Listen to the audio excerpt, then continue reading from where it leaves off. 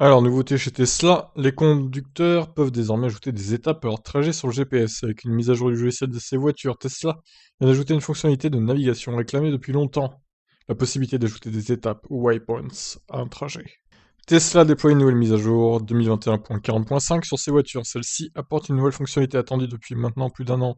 En effet, il est désormais possible de personnaliser le trajet sur le système de navigation intégré aux voitures en ajoutant des étapes grâce à la nouvelle option Ajouter un arrêt. Jusqu'à présent, le GPS intégré au Tesla ne permettait aux propriétaires de Tesla que d'aller d'un point A à un point B sans marquer d'étape, ce qui veut dire qu'ils devaient à chaque fois rentrer une nouvelle destination sur le système de navigation désormais. Les conducteurs pourront marquer des arrêts sans avoir à rentrer une nouvelle adresse entre chaque étape.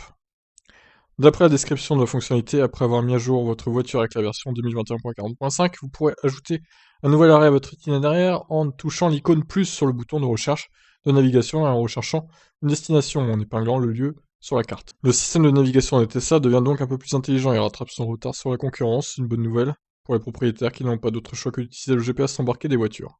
En effet, Tesla a toujours refusé de rendre ses voitures compatibles avec le système Android Auto ou Apple CarPlay. Les conducteurs ne peuvent donc pas utiliser Google Maps ou l'application d'Apple, à moins d'utiliser leur smartphone. L'ajout d'étapes sera particulièrement intéressant pour les conducteurs qui doivent parcourir de longues distances en marquant des arrêts à certains endroits. Ça fait maintenant plus d'un an que Tesla devait ajouter cette fonctionnalité puisque Elon Musk l'avait annoncé sur Twitter le 21 septembre dernier.